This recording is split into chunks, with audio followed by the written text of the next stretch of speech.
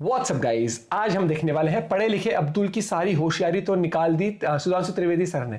तो original video का link है डिस्क्रिप्शन में और बाकी चैनल पर नहीं तो प्लीज सब्सक्राइब। न्यूज डिबेट होने वाली है तो देखते हैं पूरी और अपना पॉइंट ऑफ व्यू आप लोग शेयर करना ना भूलें। 1 2 3 गो। के मैनन की मूवी शौर्या में उसे एक डायलॉग दिया गया था कि कौन जानते हो क्या है। डायलॉग काफी लंबा है पर मोरल ऑफ द स्टोरी ये है कि इनका हिसाब चुकाते चुकाते हम खाक हो जाएंगे, लेकिन ये लोग आदत से बाहर नहीं आएंगे और यही सब हमें आज की इस डिबेट में देखने को मिलने वाला है। हाँ, कुंभ के नाम पर जो वहां बैठ करके ये कहा जा रहा है कि हम इसको हिंदू राष्ट्र बनाएंगे, ये गलत है। सर, मेरा नाम तलहा इमरोज खान है और मेरा सवाल सुधांशु जी से है। जी। सवाल ये है सर कि जो मैनेजमेंट, जो ताकत महाकुंभ के आयोजन में लगाई जा रही है, क्या वही ताकत अगर देश की बेरोजगारी को हटाने में, गिरते हुए रुपए को सही करने में और हमारी अर्थव्यवस्था को ठीक करने में लगाई जाए तो क्या वो ज्यादा अच्छी नहीं रहेगी? ठीक है जी। राहुल गांधी ने भारत जोड़ो यात्रा निकाली तो अखिलेश यादव को 37 सीटें मिली, वरना जब ये मुख्यमंत्री थे ना तब भी इतनी नहीं ला पाए। हमारे आज के इस डिबेट में जाहिल मौलाना जहां राहुल गांधी को सपोर्ट करने के चक्कर में राहुल गांधी को सपोर्ट करते करते अखिलेश यादव से तक भिड़ने को तैयार था, वहीं दूसरी तरफ ये पढ़ा लिखा अब्दुल हमसे हमारे कुंभ का ही हिसाब मांग रहा था, जिसको लेकर सुधांशु त्रिवेदी ने इन दोनों को तबीयत से धो डाला। तो हमारे आज के इस बहस में, डिबेट में आप खुद देखिए। जो इन्होंने कही कि भगवान राम अपने पिताजी के कहने के ऊपर, एक वचन के ऊपर जंगल में चले गए। बताइए, दुनिया का इतिहास भरा पड़ा उदाहरणों से कि भाई भाई का गला काट के गद्दी पे बैठा और बेटा बाप को मार के गद्दी पे बैठा। वहां पे आदर्श कितना बड़ा था। और इसे उर्दू में भी एक रामायण लिखी गई है, चकबस्त रामायण, और उसमें लिखा है कि रुखसत हुए वो बाप से लेकर खुदा का नाम। भगवान राम के लिए लखनऊ के थे चकबस्त। तो उन्होंने कहा रुखसत हुए वो बाप से लेकर खुदा का नाम, राहे वफा की मंजिले अव्वल हुई तमाम। यानी पूरी दुनिया को दिखाया कि क्या आदर्श होता है। अब रही बात इसकी, एक बात मगर मौलाना साहब आपसे मैं इत्तेफाक नहीं रखूंगा। आपने शमशान और कब्रिस्तान की बात कही। शमशान का उल्लेख हमारे धर्म ग्रंथों में है, कब्रिस्तान का इस्लाम के कॉन्सेप्ट में कोई उल्लेख नहीं है। जाकिर नायक ने भी वो सईद बुखारी की हदीस भी कोट की है। उन्होंने सुनिए सर, जाकिर नायक से इस्लाम चलेगा क्या? सर, उन्होंने प्रॉफेट मोहम्मद साहब को कोट किया है कि इस्लाम में कोई पक्की कब्र नहीं होनी चाहिए। वो देश का पक्की कब्र है। उन्होंने साहब वो हमारे देश का कोट किया है। मैं दो बातें कहता हूं जी, बोलिए। ये आपके दर्शक बहुत समझदार लोग हैं और आज ये नहीं कि खाली सुधांशु जी के लिए ताली बजा रहे हैं, आप हर अच्छी बात पे ताली बजा रहे हैं। राहुल गांधी ने भारत जोड़ो यात्रा निकाली तो अखिलेश यादव को 37 सीटें मिली, वरना जब ये मुख्यमंत्री थे ना तब भी इतनी नहीं ला पाए। ये राहुल सबसे ज्यादा खूबसूरत है। लेकिन महाकुंभ के नाम पर जो वहां बैठ करके ये कहा जा रहा है कि हम इसको हिंदू राष्ट्र बनाएंगे, ये गलत है। ये सनातन शुरू से था और जब तक दुनिया रहेगी तब तक रहेगा। ना तो सनातन को बाबा बागेश्वर के कहने से फर्क पड़ेगा और ना अंसार रजा के डैमेज करने से फर्क पड़ेगा। सनातन सनातन है और रहेगा। लेकिन वहां इस तरह के मठ लगा करके वहां बैठ करके पब्लिक देखी और उन्होंने कहा मीडिया तो हमें दिखा रहा है, तो उन्होंने कह दिया। देखिए, अगर यह बात कोई मुसलमान कह देता कि हम मुस्लिम राष्ट्र बनाना चाहते तो FIR हो जाती कि नहीं हो जाती? बाबा बागेश्वर पे क्यों नहीं हो रही भाई? हिंदुस्तान संविधान से है, हम अपने संविधान को मानते हैं। जी। और संविधान सेकुलर मुल्क कहता है इसको कि भाईचारे से सब रहते हैं। आप क्यों हिंदू राष्ट्र को लेकर अंसार रजा जी जो कहना चाहते हैं, देखिए, एक तरफ है सेकुलर लोग, एक तरफ है सांप्रदायिक लोग। सांप्रदायिक लोग कहते हैं इस धर्म के लोग यहां नहीं आएंगे, दुकान पर नाम लिखेंगे, इसमें नहीं घुसेंगे, उसमें नहीं घुसेंगे, ऐसा नहीं करने देंगे, इन्हें ऐसा नहीं करने देंगे। सेकुलर लोग कहते हैं ये देश सबका है, ठीक, प्यार से, भाईचारे से, मोहब्बत से रहो। मुझे अच्छी तरीके से पता है कि कौन हमसे मोहब्बत करता है और किस वजह से मोहब्बत करता है। ये देश का पूरा मुसलमान अच्छी तरीके से जानता है कि कौन हमसे किस वक्त किस तरीके से मोहब्बत करता है। घर की बात है, यहाँ क्यों खोल रहे हो? एक सेकंड सुनिए। नहीं, घर की बात है, यहाँ क्यों खोल रहे हैं? कौन किस तरह से मोहब्बत करता है? तुम्हें हम भी सताने पर उतर आए तो क्या होगा? तुम्हारा दिल दुखाने पर उतर आए तो क्या होगा? हमें बदनाम करते फिर रहे हो सारी दुनिया में, अगर हम सच बताने पर उतर आए तो क्या होगा? तो क्या है सच, बता ही दीजिए आज। हमारा नाम का सहारा लेकर के जो हिंदू धर्म पर चोट होती है, हमें तकलीफ होती है।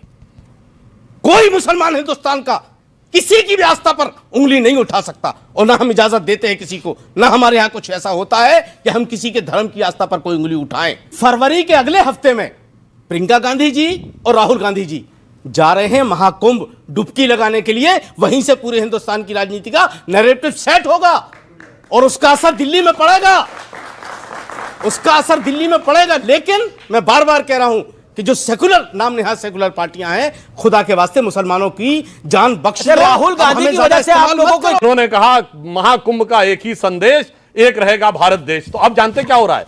मैं पूछना चाहता हूं राहुल गांधी जी से, आप बहुत कहते थे 20 किलोमीटर लंबे घाट बने हैं, और जिन लोगों ने, उन 3.5 करोड़ लोगों ने जिस दिन मौनी अमावस्या में स्नान किया, क्या हमारे घाट अलग अलग बने हैं क्या? नहीं। तो कोई कहता है अगल बगल में कि कौन व्यक्ति कहां पे स्नान कर रहा है? इसलिए जो भारत का स्वर उभरता नजर आ रहा है, उसे देख के इन लोगों को डर लग रहा है, जिसे एक पंक्ति में कहूंगा, यह कुंभ का मेला का वो जन समूह दिखा रहा है कि जाति, वर्ग और प्रांत भेद के भ्रम को दूर भगाता है, सबके मन का भाव एक है, सबकी भारत माता है, अनेकता में ऐक्य मंत्र को जन जन फिर अपनाता है, देखो प्यारा देश हमारा आगे बढ़ता है। नमस्कार सर, मेरा नाम तलहा इमरोज खान है। मेरा सवाल सुधांशु जी से है। जी। सवाल ये है सर कि जो मैनेजमेंट, जो ताकत महाकुंभ के आयोजन में लगाई जा रही है, क्या वही ताकत अगर देश की बेरोजगारी को हटाने में, गिरते हुए रुपए को सही करने में और हम हमारी अर्थव्यवस्था को ठीक करने में लगाई जाए तो क्या वो ज्यादा अच्छी नहीं रहेगी? ठीक है, सवाल आया। ओके, महाकुंभ से 2.5 लाख करोड़ रुपए का बिजनेस हो रहा है। और सुनिए, बिजनेस स्टैंडर्ड की न्यूज पढ़ लीजिएगा जाके, उसने कहा है कि इस साल भारत के जीडीपी में 1% का कंट्रीब्यूशन अकेले कुंभ से रिलेटेड इकोनॉमी से आएगा। और इकोनॉमी का अंतर क्या होता है मैं ये भी बताना चाहता हूं। 2024 का साल एक मामले में और पहला साल है। इससे पहले भारत में जितने भी टूरिज्म के डेस्टिनेशन थे, सबसे ज्यादा हर साल में आगरा के ताजमहल को देखने लोग जाते थे। 2024 पहला ईयर है जब आगरा के ताजमहल नहीं, अयोध्या में श्री राम जन्मभूमि को देखने 1,80,00,000 लोग गए। और उन्होंने जो इकोनॉमी में कंट्रीब्यूट किया है, उस पूरे इकोनॉमिक नेटवर्क को देखकर समझ में आना चाहिए। अच्छा, एक और आपको मजेदार बात बताएं, दुनिया के 60 देशों के लोग आए हैं। और कुंभ की एक और खास बात बताएं, यूक्रेन और रशिया के जो सन्यासी आए हैं, उनका कैंप एक दूसरे के अपोजिट लगाया गया है और दोनों मिलकर हवन कर रहे हैं शांति के लिए। इसीलिए मुझे अटल जी की कविता की वो पंक्ति आती है कि मैं अखिल विश्व का गुरु महान, देता विद्या का अमरदान, मैंने दिखलाया मुक्ति मार्ग, मैंने सिखलाया ब्रह्म ज्ञान, मेरे वेदों का ज्ञान अमर, मेरे वेदों की ज्योति प्रखर, मानव के मन का अंधकार क्या कभी सामने सका ठहर, मेरे स्वर नभ में गहर गहर, सागर के जल में छैर छैर, इस कोने से उस कोने तक कर सकते जगती सौरभ में, हिंदू तन मन हिंदू जीवन, रग रग हिंदू मेरा भाई। कुंभ को, महाकुंभ को, इस आयोजन को बिजनेस के पॉइंट ऑफ व्यू से देखा जाए, इतने लाख का जो है इससे फायदा हो रहा है, इतने लाख का हम बिजनेस कर रहे हैं, इतना लाख जीडीपी उससे बढ़ रहा है, ये हमारे लिए शोभा नहीं देता है। भारत में और दुनिया में जो टूरिज्म है, एक फंडामेंटल अंतर है।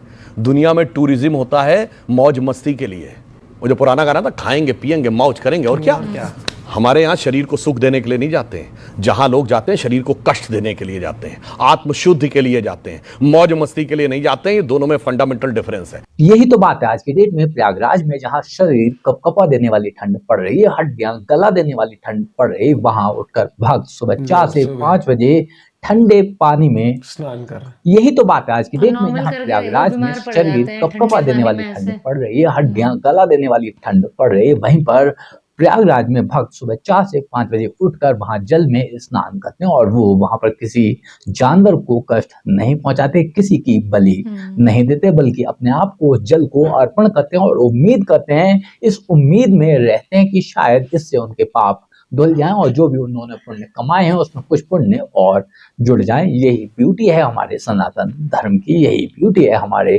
कल्चर की। बाकी आप लोग इस बारे में क्या सोचते हैं, कमेंट करके जरूर बताएं। चल एक और चीज, मैं यहाँ पर ना देखो डिटेल में नहीं जाऊंगा, मैं बस इस चीज का जवाब दे रहा हूँ। जब राम मंदिर की जब प्राण प्रतिष्ठा हुई थी, तब लोगों ने कहा कि इतना पैसा सरकार यहाँ लगा देती है। तो पहली बात वो श्रद्धालुओं का, लोगों का पैसा था, ठीक है। और लेकिन उसके बाद भी जो रोजगार होगा, दुकानें लगेंगी, ट्रांसपोर्टेशन के लिए जो व्हीकल्स होंगे, कम्युनिकेशन के लिए होंगे, तो लोगों का ही रोजगार बढ़ेगा। एक रोजगार होता क्या है? रोजगार वही होता है ना कि कोई टैक्सी चला के पैसा कमा रहा है, कोई बिजनेस करके, कोई जॉब करके। हर रोजगार ऐसा नहीं होता कि हर यंगस्टर्स को उठा के आईटी कंपनी में सरकार डाल दे, या हर एक यंगस्टर को उठा के सरकारी नौकरी दे दे। अपनी क्षमता के हिसाब से, अपने लेवल पे होता है। अगर मान लो कोई फूल बेच रहा है, ठीक है, तो उसके लिए अपॉर्चुनिटी है कि भाई वहाँ पे फूल, कोई माला बेच रहा है तो वो क्या है, फूल माला बेचना उसके लिए तो रोजगार ही है। अब मान लो कोई नॉर्मल बंदा है, कोई मान ले टैक्सी चलाता है, ठीक है, अब उसके लिए ऐसा नहीं है कि मान ले उसके एजुकेशन या कुछ नहीं तो सरकार उसे एमएनसी में आईटी मतलब आईटी कंपनी में किसी में लगा दे, नहीं, उसके लिए रोजगार है। कहाँ से हो रहा है कि ठीक है जो लोग कुंभ आ जा रहे हैं वहां पे वो लोगों को ला रहा है, की छोड़ रहा सर्विस है, उन लोग वो उनके लिए फीस ले रोजगार रहे हैं है। वहाँ पर, हाँ। जो माला बेच रहे हैं, हर एक चीज, जो कोई फूल कोई प्रसाद, हर एक चीज होती है। और वहाँ पर जैसे रेस्टोरेंट्स लगे हैं, किसी ने अपनी दुकान लगाई है, एक फ्लाइट से लेक तक के, क्योंकि बाहर के भी इतने लोग आ रहे हैं, होटल से लेके खाना, हर होटल में लोग रुक रहे हैं, हर एक चीज है। तो मैं वही वो बोल रही हूँ कि रोज एक रिक्शा वाले से लेके होटल वाले की कमाई नहीं होगी, सिर्फ होटल में जो नौकरी कर रहा होगा उसके लिए जो भी तो अच्छा वहाँ होगा। इतना बड़ा छोड़, जो वहाँ पे इनफैक्ट साफ सफाई भी कर रहा होगा, समझ, उसके लिए भी ये कमाई है। तो जागो, सोचो, परखो हर चीज को, सिर्फ ऐसे ही उठ के कहने देने से कि नहीं ये होता। पैसा तो यहाँ लगा देते, ये तो यहाँ इंटरेस्टिंग कर डिबेट थी, देते। आप लोगों ने भी काफी कुछ समझा होगा वीडियो से। मिलते हैं वीडियो के साथ, बाय बाय, टेक केयर।